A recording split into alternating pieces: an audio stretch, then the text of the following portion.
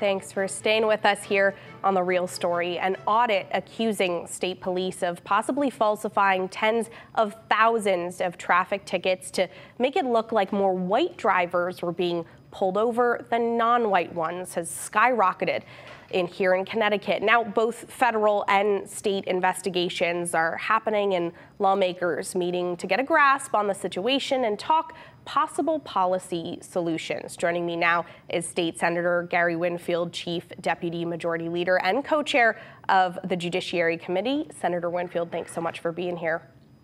Happy to be here. So this audit came out from the Connecticut Racial Profiling Prohibition Project. So tell me first what you heard from police and others at this legislative forum earlier this week. So the forum that we put together, a joint forum between Judiciary and Public Safety Committees of the legislature, we were engaged by the state police, represented by Commissioner Ravella, and the state police union.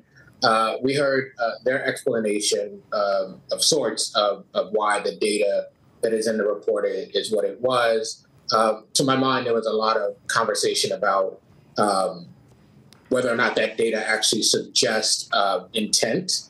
And that, if you were in that room, you would know that that's where a lot of the conversation focused. And one of the things I want to say is that the conversation is not just about intent, but from their perspective, it was a lot about trying to get on the table that there was no ill intent. I would say that that's something that we cannot know, at least not at this point.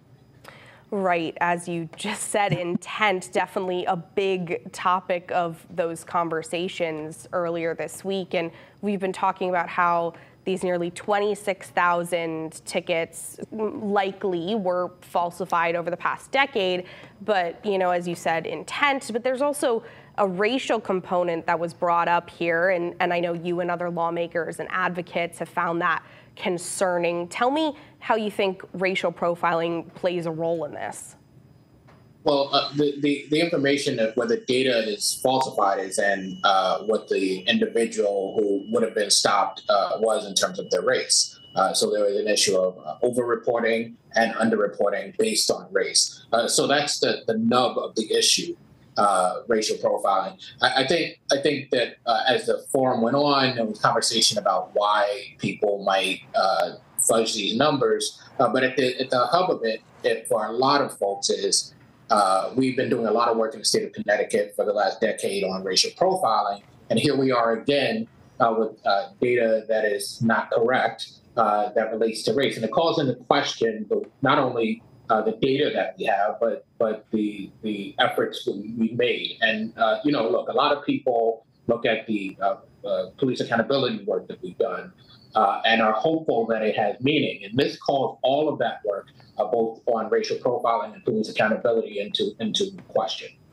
And you brought up work that's been done so far on both police accountability and racial profiling. This past legislative session, we saw things like towns given the ability to apply for and install red light cameras, some communities across Connecticut putting in place license plate scanners. And some of these are controversial moves. And one of the biggest concerns has been that moves like this may statistically target low income and Black and brown communities. Do you believe racial profiling is a problem in our policing right now? And what's sort of your reaction to some of these initiatives that were passed last session and now this CSP ticket issue?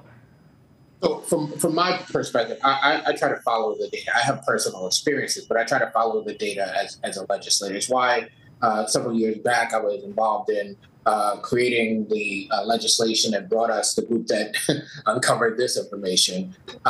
And what I would say is almost as important as what is actually factual is what the public perceives. And, when we talk about the legislation that was possibly in effect, that some of it did go into law in the last session, one of the reasons for the controversy is history. And if history suggests that racial profiling is an issue, then it's an issue whether it's actually an issue or not. If history suggests that giving power to people in uniform is problematic for certain communities, then it remains a problem. And this is what we are trying to get at with the work around racial profiling and the work around police accountability. And so we heard a lot at this legislative forum from state police and the union. They're saying this is just a few bad apples. They called this an individual issue, not a systemic problem. What's your response to that?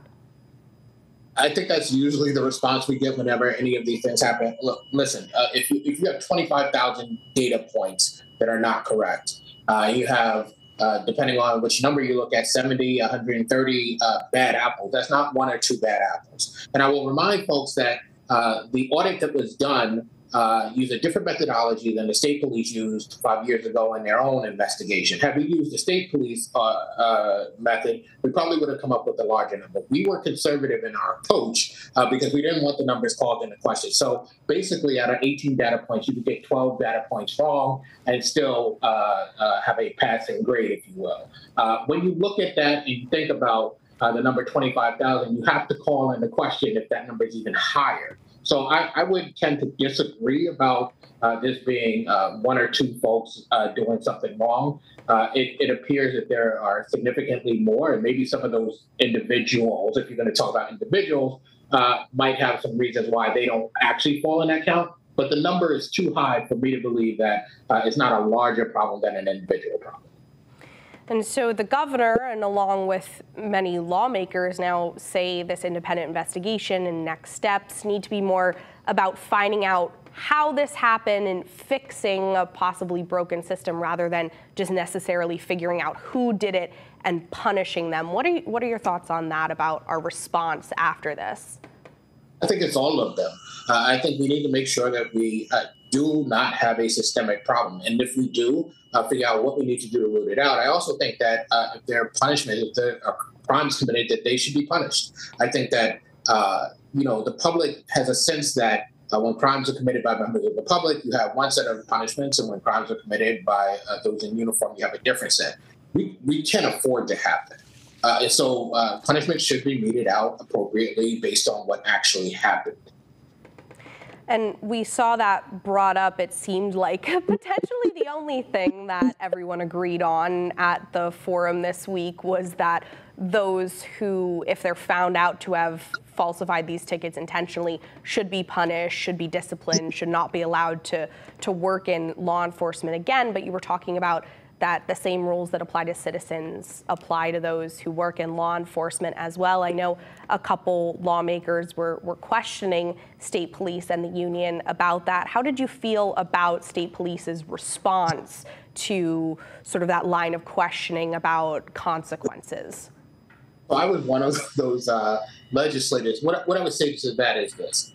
It seems that everybody's on board that the individuals who may have taken actions like what we see in the audit report, or at least indicated by the audit report, should not be police officers. I don't think we have complete agreement on the fact that if it's a criminal action, that there should be criminal consequences. I think that's important. I think two things happen if you actually get the criminal consequence. One, the public says this is real.